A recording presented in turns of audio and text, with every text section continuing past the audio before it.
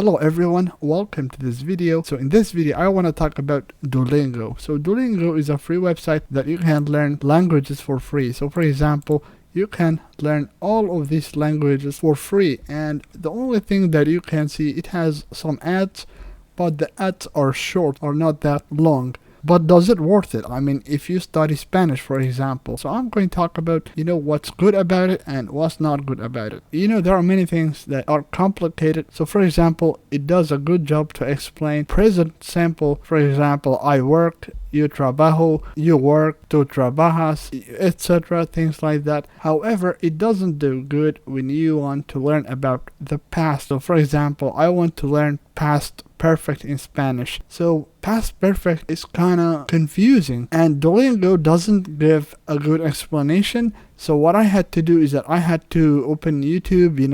I did my research there, and that's what I did. So I just wanted to get a basic idea about the past perfect. So don't rely on Duolingo only. You have all of the tools out there that you can learn a language. So for example, you can use Google to make a search, and you can use YouTube. YouTube is really awesome. It's also a good place that you can learn things. So I highly recommend that you watch YouTube videos also. So this is basically it, and you will learn a lot on Duolingo. I'm not saying that you're not going to learn. You will master the present tense on Duolingo. So for example, let's look at the tips that I have. So it says, let's talk about the preterite tense. To talk about past actions, AR verbs follow one pattern, or ER and IR verbs follow another. So that's confusing, alright? So for example, yo hablo comes